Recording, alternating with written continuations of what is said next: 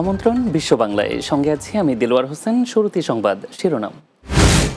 August মাসের প্রথম ২৭ দিনে এলো ২৫,৪৬১ কোটি টাকা, বৈধ পথে রেমিটেন্স পাঠানোর পরামর্শ।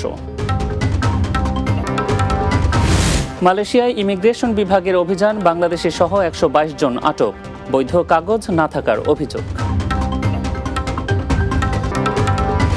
এবং প্রবাসের কষ্টের জীবনেও মানুষের অধিকার নিয়ে কাজ করছেন এক বাংলাদেশি, বহুজাতি ধর্মের দেশে গড়ে তুলেছেন অনন্য মানবতা।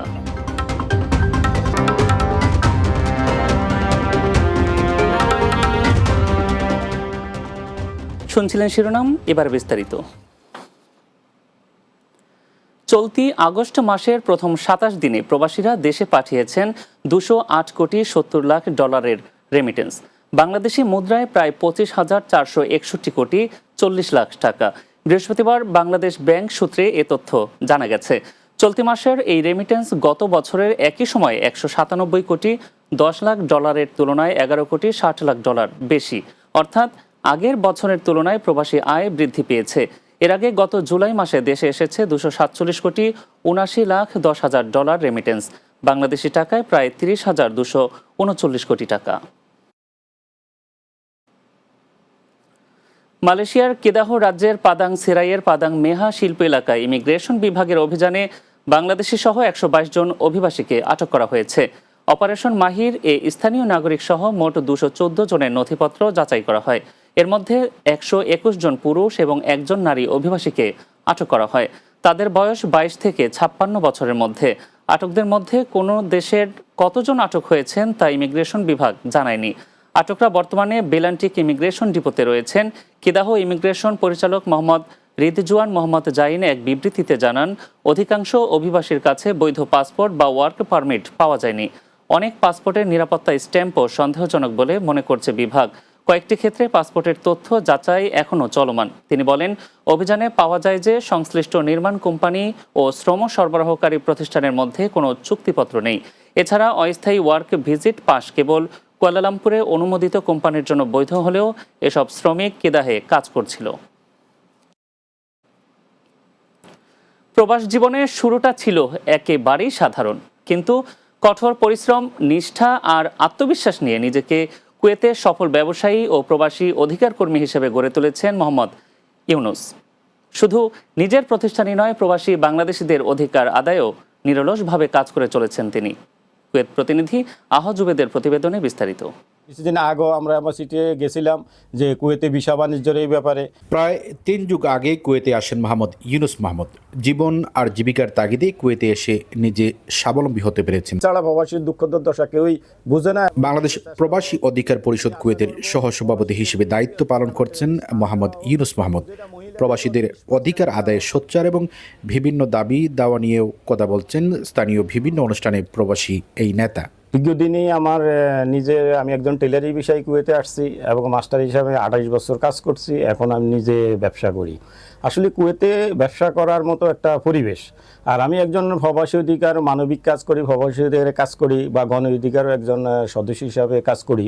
তা আমি সবসময় চাই যে প্রবাসীদের পাশে দাঁড়ানোর জন্য। মোহাম্মদ ইউনুস মাহমুদের নেতৃত্বে প্রতিনিধি দল কুয়েতের বাংলাদেশ দূতাবাসে যান, কথা বলেন প্রবাসীদের স্বার্থ সংশ্লিষ্ট বিষয় নিয়ে। প্রবাসীর ব্যাপারে আমাদের দায়িত্ব হয়ে দাঁড়ায় যে প্রবাসীদের জন্য সুবিধা অসুবিধা, ওনাদের যে কোনো সুবিধা অসুবিধা ওনাদের পাশে দাঁড়ানোর জন্য। এবং দীর্ঘদিন ধরেই আমরা প্রবাসীতে অ্যাম্বাসিডারের সাথে বিভিন্ন সময় প্রবাসীদের সমস্যা নিয়ে দর কষাকষি করতে থাকি। এবং কিছুদিন আগেও আমরা অ্যাম্বাসিতে গেছিলাম যে কুয়েতে ভিসা বাণিজ্যের এই ব্যাপারে। বাংলাদেশ প্রবাসী অধিকার পরিষদ কুয়েতের পক্ষ হতে প্রবাসীদের স্বার্থে ১০ দাবিও তুলে ধরার কথা জানান ইউনুস মাহমুদ।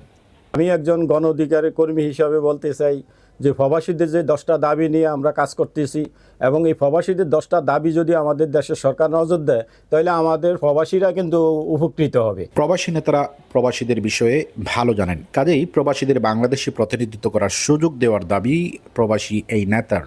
যে প্রবাসীরা বাইরে আছি, এই প্রবাসীদের থেকেই বাংলাদেশের প্রবাসী নেতৃত্বে বিভিন্ন জায়গায় বিভিন্ন সেক্টরে লোক বসানো এবং প্রবাসী মন্ত্রণালয় এবং প্রবাসী যে পার্লামেন্টে ওইখানেও আমাদেরকে ইনভলভ করা উচিত যে প্রবাসীদের দুঃখ দুর্দশা বোঝার মতো। কেন প্রবাসী ছাড়া প্রবাসীদের সমস্যাগুলো কেউ উঠাইব না আর বুঝতে পারবে না। বিদেশ ফেরত কর্মীদের জন্য আর্থিক সহায়তা এবং সুরক্ষা নিশ্চিত করার লক্ষ্যে বেশ কিছু দাবি তুলে দেন কুয়েত প্রবাসীরা।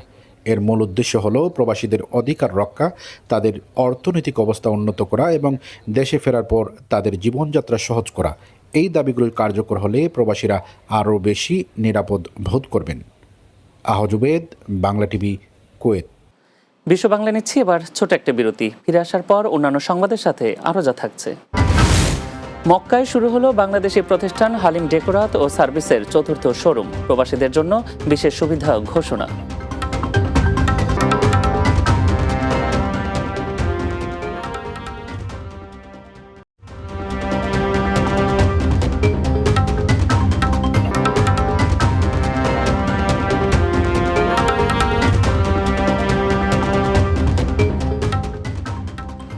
বিরতির পর আরো একবার স্বাগত বিশ্ব বাংলায়। সৌদি আরবের মক্কায় বাংলাদেশি প্রতিষ্ঠান হালিম ডেকোরাত ও সার্ভিসের চতুর্থ শোরুম উদ্বোধন করা হয়েছে।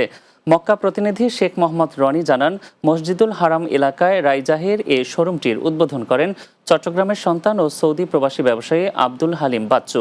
উদ্বোধনী অনুষ্ঠানে উপস্থিত ছিলেন সরোয়ার, আব্দুল আজিম, বাবলু, জনি, হেলাল ও সুমন চৌধুরী সহ স্থানীয় প্রবাসী বাংলাদেশিরা। হালিম ডেকোরাত প্রতিষ্ঠানটি সৌদি আরব জুড়ে 4টি শাখা পরিচালনা করছে এবং এতে অসংখ্য প্রবাসী বাংলাদেশি কর্মসংস্থান পাচ্ছেন। শোরুম উদ্বোধনের পর চট্টগ্রামের সংস্কৃতির ছোঁয়া নিয়ে চাটগাঁয়া মেজবান অনুষ্ঠিত হয়। বাংলাদেশ জাতীয়তাবাদী দল বিএনপির 47তম প্রতিষ্ঠাবার্ষিকী উদযাপনের লক্ষ্যে প্রস্তুতি সভা করেছে হাটহাজারী জাতীয়তাবাদী প্রবাসী ফোরাম, দোহা, কাতার। কাতার প্রতিনিধি আকবর হোসেন বাচ্চু জানান, দেশটির রাজধানী দোহার ইরানি মার্কেটের ঢাকা ডাইন রেস্টুরেন্টে এ সভা অনুষ্ঠিত হয়। সংগঠনের আহ্বায়ক মোহাম্মদ ইউসুফ বাবুর সভাপতিত্বে অনুষ্ঠান সঞ্চালনা করেন সদস্য সচিব আবদুল্লাহ আল মামুন। অনুষ্ঠানে প্রধান বক্তা ছিলেন হাটহাজারী উপজেলা ছাত্রদলের সাবেক সহসভাপতি ও কাতার বিএনপি নেতা নাজিমউদ্দিন চৌধুরী মানিক। এছাড়াও আরও বক্তব্য রাখেন আহ্বায়ক কমিটির সদস্য আনিসুল ইসলাম, রাশেদুল মামুন, সোহেল রানা, খোরশেদ মেহের, শাহ নেওয়াজ, ইমতিয়াজ বাবুল, রোকন, হাবিবুর রহমান ও ওয়াহিদুল আলম সহ আরও অনেকে। কুয়েতে আগমন উপলক্ষে যুক্তরাষ্ট্র প্রবাসী সংগঠক ও সমাজকর্মী শাহিন আহমেদকে সংবর্ধনা দিয়েছে ফেঞ্চুগঞ্জ কল্যাণ সমিতি, কুয়েত। কুয়েত প্রতিনিধি আহজুবেদ জানান, অনুষ্ঠানে সভাপতিত্ব করেন ফেঞ্চুগঞ্জ কল্যাণ সমিতি কুয়েতের সভাপতি মোহাম্মদ ফুয়াদ আহমেদ।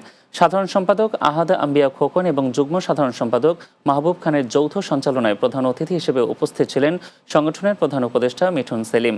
অনুষ্ঠানে বিশেষ অতিথি হিসেবে উপস্থিত ছিলেন বাংলাদেশ প্রেস ক্লাব কুয়েতের সাধারণ সম্পাদক আহজুবেদ এবং সাংবাদিক ইউনিয়ন এর সভাপতি নাসির উদ্দিন খোকন। এছাড়াও সাংবাদিক আলাল আহমদ ও সংগঠনের যুগ্ম সাধারণ সম্পাদক অভিয়া হাসান সহ আরও অনেকে অংশ নেন। ইতালির ভেনিসের নরসিংদী জেলা সমিতি ভেনিসের কার্যকরী পরিষদের আংশিক কমিটি ঘোষণা ও আলোচনা সভা অনুষ্ঠিত হয়েছে। দেশটির স্থানীয় একটি রেস্টুরেন্টে আয়োজিত অনুষ্ঠানের প্রথম পর্বে আহ্বায়ক কমিটির আহ্বায়ক হোসেন আলীর সভাপতিত্বে অনুষ্ঠান শুরু হয়।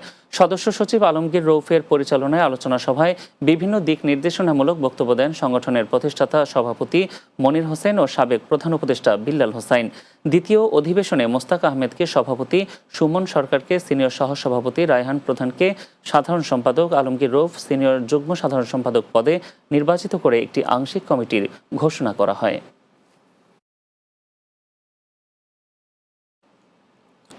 শেষ করব বিশ্ব বাংলা। তার আগে সংবাদ শিরোনামগুলো জানিয়ে দিচ্ছি আরও একবার। আগস্ট মাসের প্রথম 27 দিনে এলো 25,461 কোটি টাকা, বৈধ পথে রেমিটেন্স পাঠানোর পরামর্শ। মালয়েশিয়ায় ইমিগ্রেশন বিভাগের অভিযান, বাংলাদেশি সহ 122 জন আটক, বৈধ কাগজপত্র না থাকার অভিযোগ। প্রবাসের কষ্টের জীবনেও মানুষের অধিকার নিয়ে কাজ করছেন এক বাংলাদেশি, বহুজাতি ধর্মের দেশে গড়ে তুলেছেন অনন্য মানবতা। এবং মক্কায় শুরু হলো বাংলাদেশি প্রতিষ্ঠান হালিম ডেকোরাত ও সার্ভিসের চতুর্থ শোরুম, প্রবাসীদের জন্য বিশেষ সুবিধা ঘোষণা।